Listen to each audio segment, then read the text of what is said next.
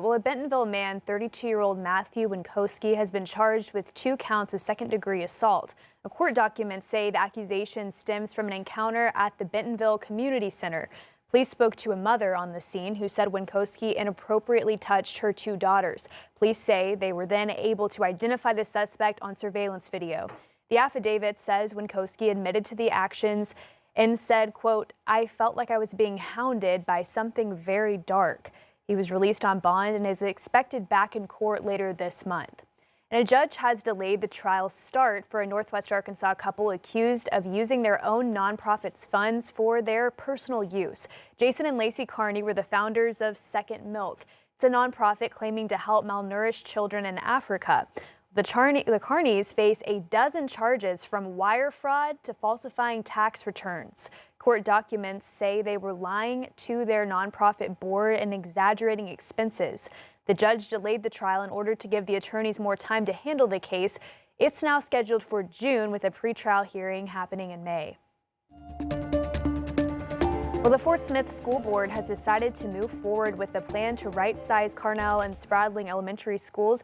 That means those schools will close at the end of this school year. District leaders say lots of their buildings are underutilized and district enrollment is down about 500 students from this time last year. They say they want to get buildings to about 500 students or at 80% capacity. Starting next school year, Carnell students will attend Beard and Kavanaugh Elementary, while all Spradling students will move to Sutton. Superintendent Marty Mahan says those schools were chosen because of low enrollment, nearby campuses with room to absorb students. We have empty buildings with whole rooms and spaces that are heated and aired, but there are no students in that. As a result of the shift of neighborhoods, the shift of population, and we're down 500 students this year. District leaders say the teachers displaced by these closures will be first in line for positions open within the district for next school year. Well, today's show co-anchor Savannah Guthrie's mother, 84-year-old Nancy Guthrie, is still missing at this hour in Arizona. Police believe she was taken against her will from her home late Saturday or early Sunday morning. They still have no motive. Late last night, Savannah Guthrie posted a new message to Instagram. Jonathan Vigliotti is covering all of this from Tucson. The biggest priority? It is those cameras at the home. Pima County Sheriff Chris Nanos says the disappearance of Nancy Guthrie, the mother of Today's Show co-host Savannah Guthrie, was an act of foul play. Is it fair for me to characterize this as an abduction? I believe she was abducted, yes. She didn't walk from there. She didn't go willingly. This is an 84-year-old lady who, in the middle of the night, while she's asleep, is taken from her home. Guthrie was last seen around 9:45 Saturday night when family dropped her off at her home in Tucson. Then, on Sunday morning, a friend called Guthrie's children, telling them she had not shown up to church. They then notified the sheriff's department around noon that day after not being able to find their mother. She is very limited in her mobility, right? We know she didn't just walk out of there. Nanos says finding Guthrie is crucial because she relies on daily medication. You say it needs to be taken every single day to save her life. Absolutely. I mean, the clock is literally ticking. Are you concerned that it may be too late before she is found? We don't want to go there.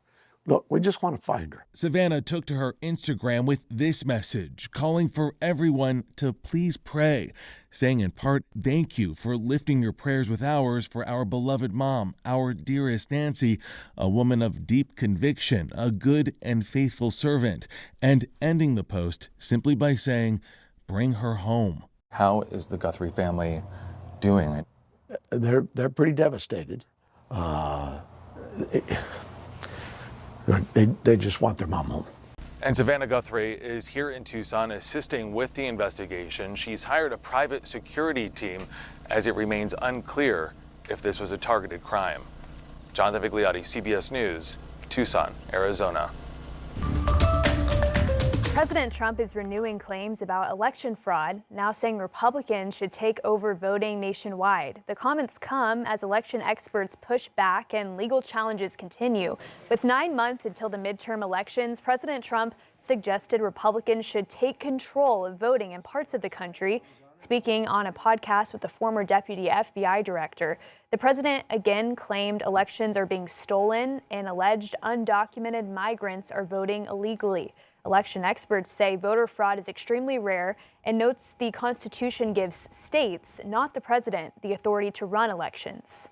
The Republicans should say, we want to take over. We should take over the voting in at least 15 places. The Republicans ought to nationalize the voting. Election experts also say courts have repeatedly ruled the president does not have the authority to run elections. Well, today, voters can cast their ballots in the runoff for Arkansas State Senate District 26 race. They'll be deciding between the Republican candidates Brad Simon and Wade Dunn. The winner will move on to the general election that'll be on March 3rd to face independent candidate Adam Watson. The seat covers parts of Sebastian, Franklin, and Johnson counties. Well, polls will be open until 7:30 tonight. Make sure to take your photo ID with you, and you should have already received a card in the mail from your county clerk confirming that you're registered to vote. You can find voting sites on all of the district's counties on our website, 5newsonline.com. Also happening today, the Fort Smith Board of Directors is set to vote on a plan for an audit of Parrot Island Water Park. The board is now considering hiring a third-party CPA firm to conduct a full audit on the park's finances.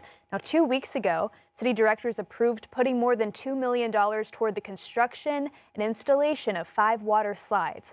But during public comment, residents spoke against the move, saying they think that there are other ways the city can be spending that money.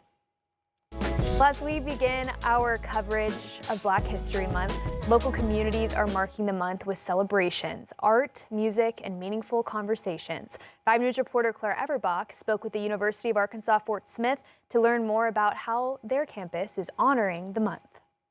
Students at UA Fort Smith are working to create conversations about culture. I spoke with the president of the Black Student Alliance about the work they do year-round and how Black History Month helps bring those efforts to a bigger audience. The Black Student Alliance exists to promote educational, moral, and cultural awareness among minority students on campus. The organization has between 30 and 40 members and is led by President Jaden Robinson. Robinson says promoting cultural awareness is part of the group's mission throughout the year, but Black History Month creates more opportunities for people to learn and engage. During the month, the group is hosting 4 events featuring poetry, music, clothing, business panels, and painting. He says those events allow people to learn about Black culture beyond what they see online or in a classroom. Our mission is to, empower diversity, empower culture, get people to come together. And I feel like our events do that. We're really here to educate as well, just so people know more about the Black culture, because I feel like a lot of people don't know. You learn in school, but I feel like these events give people the opportunity to learn more, get a deeper dive into what our culture really is and what we're about. The group's first event will be Tuesday at 6 p.m., where they will celebrate poetry, music, and African attire, Robinson says. Claire Everbach, 5 News. Thank you, Claire. And there will be plenty of events commemorating the month across the region. We've got a list of celebrations in the River Valley and Northwest Arkansas on our website, 5newsonline.com. You can also text the words Black History Month to the number there on your screen, and we'll send you back the link to our list.